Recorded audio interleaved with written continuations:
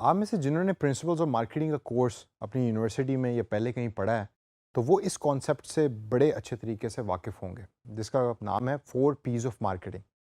इस सेशन के अंदर मैं ये कॉन्सेप्ट आपको आसान अल्फाजों में सिखाने की कोशिश करूँगा और देखिए कि इसको समझने के बाद क्या आप अपनी जो करंट डिजिटल मार्केटिंग प्रैक्टिसेस हैं, उसको बेहतर बना सकते हैं।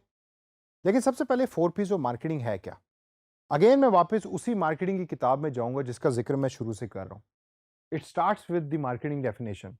दूसरे नंबर के ऊपर जो टॉपिक है वो डिजिटल या generic needs wants and demands का आता है, जो हमने पिछले सेशन में सीखा।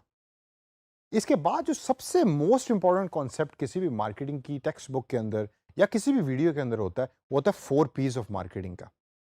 4 Ps of marketing is basically a strategy framework जो एक कंपनी यूज कर रही होती है।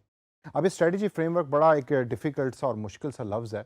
इसको अगर मैं आसान अल्फाज के अंदर आपको बताने की कोशिश करूं, तो ये वो स्ट्रेटजी है या ये वो प्लान है जो एक कंपनी यूज़ कर रही होती है अपनी प्रोडक्ट्स को मार्केट करने के लिए या बेचने के लिए। तो पूरी की पूरी जो मार्केटिंग होती है किसी भी कंपनी के अंदर, वो इन 4 पीस के ऊपर डिपेंड कर रही होती है। अच्छा भाई, ये 4 पीस होते क्या हैं? और आप में से कुछ लोग मेरे से डिसएग्री करेंगे कि भाई हमने तो ये किताब पढ़ी थी, उसमें 7 पीस थे या 11 पीस थे। आप भी बिल्कुल ठीक हैं और मैं भी बिल्कुल ठीक हूँ। जेनेरिकली और अगर हम हिस्ट्री के अंदर जाएं तो 4 पीस ऑफ मार्केटिंग से स्ट्रेटजी फ्रेमवर्क शुरू हुआ था, जो बाद में एक्सटेंड होकर 7 पीस हो गया, फिर 11 पीस हो गया। लेकिन इस सेशन के अंदर मैं उन 4 पीस का जिक्र करूंगा जो सबसे ज्यादा इंपॉर्टेंट है, जिसके बारे में आपको पता होना चाहिए। 4 पीस के अंदर सबसे पहला पी है प्रोडक्ट का, सेकंड पी है प्राइस का, थर्ड पी है प्लेस का और फोर्थ पी है प्रमोशन का। अब अगर हम प्रोडक्ट के पी से शुरू करें, तो आपके ज़हन में क्या लगता है कि प्रोडक्ट से क्या मुराद होगी और कौन सी ऐसी स्ट्रेटजीज हैं कि जो इस पी यानी कि प्रोडक्ट के पी के अंदर कंपनी अडॉप्ट करती होगी या बनाती होगी? कौन सी ऐसी प्लानिंग है जो कंपनी इस प्रोडक्ट के पी में करती होगी? सोचिए। प्रोडक्ट का पी बहुत इंपॉर्टेंट पी होता है किसी भी कंपनी के लिए। इसके अंदर वो तमाम स्ट्रेटजीज, तमाम प्लानिंग, तमाम ऑब्जेक्टिव्स आते हैं जो एक प्रोडक्ट या सर्विस के रिलेटेड होते हैं, जिसको कंपनी ने लॉन्च किया होता है या जिसको कंपनी बेचने की कोशिश कर रही होती है। फॉर एग्जांपल, एक कंपनी है कि जो मोबाइल फ़ोन बनाती है और उस कंपनी का जो प्रोडक्ट है वो एक मोबाइल फ़ोन है। तो प्रोडक्ट के पी के अंदर वो कंपनी मार्केट से रिसर्च करके पता करेगी कि हमारी इस प्रोडक्ट के अंदर यानी कि उस मोबाइल फ़ोन के अंदर कौन-कौन से फीचर होने चाहिए। अब रिसर्च के बाद मैंने फाइंड आउट किया कि मेरे मोबाइल फ़ोन के अंदर मुझे अब ईयरफ़ोन के जैक की ज़रूरत ही नहीं है। याद करें जब आईफ़ोन 10 रिलीज़ हुआ था, तो लोगों ने बड़ा शोर मचाया था कि इस मोबाइल फ़ोन के अंदर तो ईयरफ़ोन के इंसर्ट करने की जगह ही नहीं है, या आईफ़ोन 7 के अंदर या आईफ़ोन 8 के अंदर।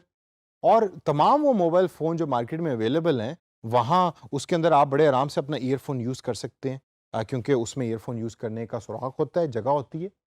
तो आईफ़ोन ने किसी रिसर्च की बेस के ऊपर अपने प्रोडक्ट के अंदर इतना बड़ा चेंज किया और इतनी बड़ी चेंज लेकर आए। अब जो आईफ़ोन के साथ ईयरफ़ोन्स आते हैं, वो सिर्फ़ आप आईफ़ोन के साथ ही यूज़ कर सकते हैं और किसी और कंपनी के प्रोडक्ट के साथ यूज़ नहीं कर सकते। तो जो प्रोडक्ट का पी होता है, उसके अंदर कंपनी रिसर्च करती है, रिसर्च करके फाइंड आउट करती है कि हम अपनी प्रोडक्ट या सर्विस को किस तरीके से बेहतर बना सकते हैं।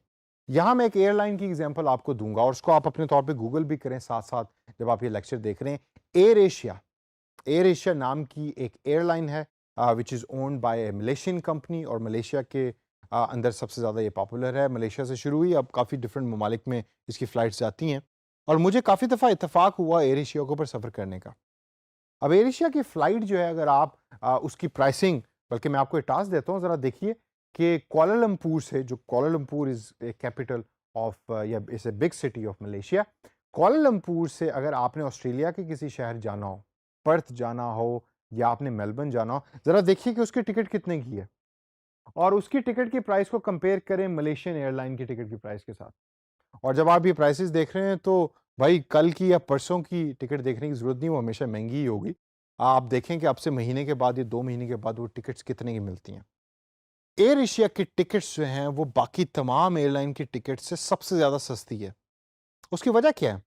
उसकी वजह है कि उनकी प्रोडक्ट है एयरलाइन की वो सीट जो वो बेचते हैं अपने कंज्यूमर्स को, पीआईए भी करती है, बाकी एयरलाइंस भी करती हैं।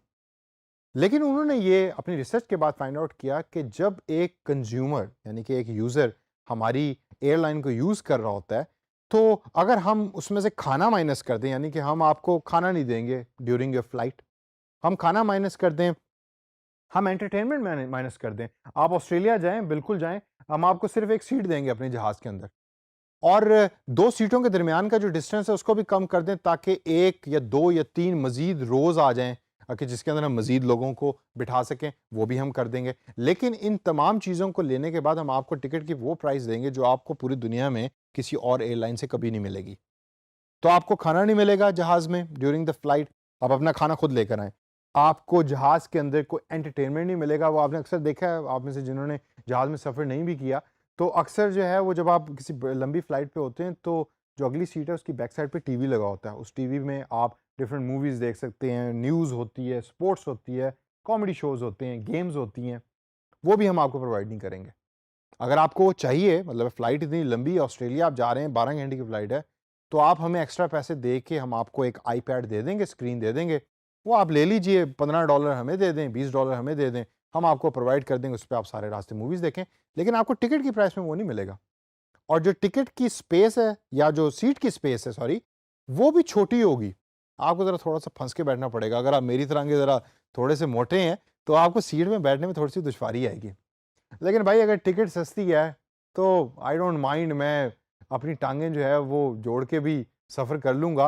एयरपोर्ट पे चढ़ने से पहले अपनी वालदा या अपनी वाइफ को कहूँगा कि भाई ज़रा मुझे पराठे बना के दे दो, मैं पराठे पैक करके साथ ले जाऊँगा। आई डोंट माइंड दैट, अगर टिकट इतनी सस्ती है। अब एयर एशिया का प्रोडक्ट है वो एयरलाइन की टिकट, और उनको बड़े अच्छे तरीके से पता है कि अगर हम एयरलाइन की टिकट को सस्ता करेंगे तो कंज्यूमर सबसे पहले हमसे टिकट खरीदेगा, और वो करते हैं। उनकी एयरलाइन ज़्यादातर फुल होती हैं, तमाम जहाज़ उनके फुल, दुनिया में किसी भी जगह वो अगर फ्लाई कर रहे हैं उनके जहाज़ फुल होते हैं। और मलेशिया में एक अलग से एयरपोर्ट टर्मिनल एयर एशिया के लिए बनाया गया है, क्योंकि उनके इतने ज़्यादा जहाज़ हैं और ऑपरेशन शुरू किए हुए कभी उनको कोई बहुत ज़्यादा अरसा नहीं हुआ। तो अपनी प्रोडक्ट को स्ट्रॉन्ग बनाने के लिए वो कॉन्टिन्यूसली रिसर्च करते हैं, और इसी रिसर्च ने उन्हें मजीद आगे नेक्स्ट बताया कि जो जब कस्टमर एक ट्रैवल कर रहा है और किसी शहर में गया, तो वो शहर में जाने के बाद चूंकि उसका घर नहीं है तो उसको एक अच्छा होटल भी चाहिए, लेकिन सस्ती प्राइस में चाहिए, और यही काम उन्होंने होटलिंग इंडस्ट्री में भी किया।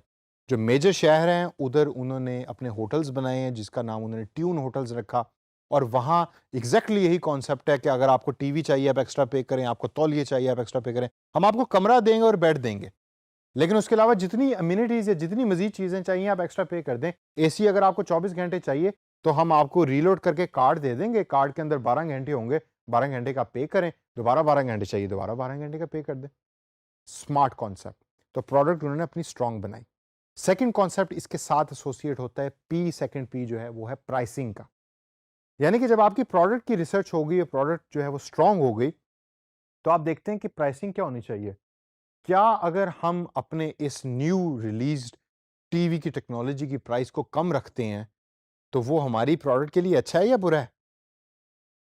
हो सकता है कुछ ऐसी प्रोडक्ट्स बने, जैसे अगर मैं आईफोन 10 की आपको एग्जांपल दूं, अगर आईफोन 10 की प्राइस $300 होती है, $200 होती, ₹20,000 का फ़ोन होता, तो क्या आप में से वो लोग जो आईफोन यूज़ करते हैं, क्या आप खरीदते जाकर? शायद नहीं। क्योंकि आईफोन को खरीदने के साथ आपकी एक सर्टेन प्रेस्टीज अटैच्ड होती है। इसी तरीके से दुनिया की जो बड़े-बड़े लग्ज़रियस ब्रांड हैं, जिसमें गाड़ियों के ब्रांड्स भी आते हैं, उनमें अगर आप नोट करें तो हो सकता है वो गाड़ी उतने की ना बनती हो, लेकिन वो बेचते बड़ी महँगे हैं। ये जो हैंडबैग्स होते हैं, अब लुई विटान या एलवी नाम का एक ब्रांड है, उसका हैंडबैग बड़ा महँगा होता है। कहने को भई वो स्टैंडर्ड एक बैग ही है, जो शायद जाके आप लाहौर के अनारकली बाज़ार से उसे मिलता-जुलता बैग बड़े सस्ते दामों आप खरीद रहे होते हैं। लेकिन अगर आप उनके स्टोर से जाके खरीदते हैं तो वो हज़ारों डॉलर का होता है, लाखों रुपए का बैग होता है, and that is the truth. Search करके देख लें अगर आपको मेरी बात पे यकीन नहीं है। तो जो प्राइसिंग सेट हो रही है वो भी रिसर्च की बेस पे हो रही है। उसकी पूरी एक स्ट्रेटजी बनती है, प्लानिंग होती है, कंपनी में लोग बैठते हैं, वो डिसाइड करते हैं कि हमारी ब्रांड की पावर इतनी है, हमारा प्रोडक्ट इतना स्ट्रांग है, और इसकी प्राइसिंग या स्ट्रांग होनी चाहिए, ज़्यादा होनी चाहिए या कम होनी चाहिए, ताकि हम ज़्यादा से ज़्यादा लोगों को हिट कर सकें। इसको कॉन्सेप्ट को आप अपने डिजिटल मार्केटिंग स्किल्स के अंदर भी अप्लाई करें। मुझे अक्सर एक क्वेश्चन रिसीव हो रहा है काफ़ी डिफरेंट पार्टिसिपेंट से कि जी हमने स्किल सीख ली है, मैंने प्रैक्टिस भी कर ली है, और मुझे क्लाइंट ने आकर हमारे इलाके में वो रेस्टोरेंट है उसने आगे कांटेक्ट किया, वो मुझे कहता है भाई तुम ना मुझसे पैसे ले लो महीने के, और हमारा जो सोशल मीडिया का फेसबुक का पेज है उसको मैनेज कर दो, तो मैं क्या करूँ? मैं कितने पैसे चार्ज करूँ? मैं डरता हूँ या डरती हूँ कि मैं अगर ज़्यादा कह दूंगा तो क्लाइंट चला जाएगा, कम कह दूंगा तो आई डोंट नो। तो जो प्राइसिंग है उसको आप अपनी स्किल्स की बेस के ऊपर आप डिसाइड करें कि आपने कितने पैसे, आपने 15,000 रुपये लेने हैं, 20 लेने हैं, 50,000 रुपये लेने हैं, उसको डिसाइड करें कि आप ऑफर क्या कर रहे हैं, आपके पास एक्सपीरियंस कितना है, पहले कितने प्रोजेक्ट्स पे आपने सिमिलर काम कर चुके हैं। तीसरा पी है प्लेस का। प्लेस के पी से आपके जहन में क्या आता है? प्लेस के पी से मुराद ये है कि जब प्रोडक्ट बन गई, प्राइसिंग सेट हो गई, तो अब वो प्रोडक्ट आपने कस्टमर तक भी तो पहुंचानी है। मैंने एक कपड़े धोने वाला जो पाउडर है वो मैंने बना लिया है और प्राइस भी उसकी बहुत अच्छी है, प्रोडक्ट भी बहुत अच्छा है। अब कस्टमर आता है एक दुकान के ऊपर लेने, एक दुकान से पूछता है, दूसरी से पूछता है, तीसरी से पूछता है, लेकिन वो प्रोडक्ट अवेलेबल ही नहीं है दुकान में। उसकी वजह यह है कि जो मेरी कंपनी की डिस्ट्रीब्यूशन यानी कि प्लेसिंग स्ट्रेटजी है वो वीक है। मैं इसके ऊपर तवज्जो ही नहीं दे रहा कि कस्टमर जब एक प्रोडक्ट को लेने आएगा तो वो प्रोडक्ट अवेलेबल भी होना चाहिए उस पर्टिकुलर लोकेशन के ऊपर। ये होता है प्लेसिंग स्ट्रेटजी यानी कि डिस्ट्रीब्यूशन स्ट्रेटजी, कि कंपनी बैठ के डिसाइड करती है कि किन किन जगहों के ऊपर हमारी प्रोडक्ट अवेलेबल होनी चाहिए। कई ऐसे ब्रांड्स हैं, जिस तरह मैं यहाँ दोबारा मोबाइल फ़ोन की एग्जांपल दूंगा कि आपको पाकिस्तान में सैमसंग इजीली अवेलेबल है, लेकिन एप्पल की कोई स्टोर नहीं है, कोई दुकान नहीं है, तो आपको डिफरेंट अपने दोस्तों से मंगवाना पड़ता है या आपको जो बड़ी बड़ी शॉपिंग मॉल्स में दुकानें हैं वहाँ से जाकर आपको लेना पड़ता है। क्यों? क्योंकि कंपनी की प्लेसिंग स्ट्रेटजी, एप्पल की प्लेसिंग स्ट्रेटजी में पाकिस्तान की प्लेसमेंट अभी शामिल नहीं है, तो पाकिस्तान के अंदर वो अपने प्रोडक्ट को डिलीवर नहीं करते। और लास्ट पी है प्रमोशन का पी, और promotion as the word suggest कि प्रमोशन के पी के अंदर जब प्रोडक्ट बन गई, प्राइसिंग सेट हो गई, प्रोडक्ट पहुंच भी गई दुकान में, अब आपने उसको प्रमोट करना है और लोगों को बताना है कि भाई ये प्रोडक्ट सबसे अच्छी है और आए आके आप इसको हमारी दुकान से खरीदें, और इसको प्रमोट इस तरीके से करें कि वो एक रियल भी लगे और लोगों को आपको सुनने के बाद या पढ़ने के बाद ये नज़र आए कि आप जो बता रहे हैं वो एक ऑनेस्टी से बता रहे हैं और वो उस प्रोडक्ट की तरफ माइल हों, सर्विस की तरफ माइल हों और इवेंचुअली उसको खरीदें। अब ये 4 पीस का कॉन्सेप्ट मैंने डिटेल्ड लेकिन आसान तरीके में आपको समझाने की कोशिश की है। इसको आपने याद रखना है और नेक्स्ट टाइम जब भी कोई मार्केटिंग की बात करे, 4 पीस की बात करे, तो आपने आगे से जवाब देना है कि हाँ भाई मुझे पता है कि 4 पीस ऑफ मार्केटिंग क्या होते हैं।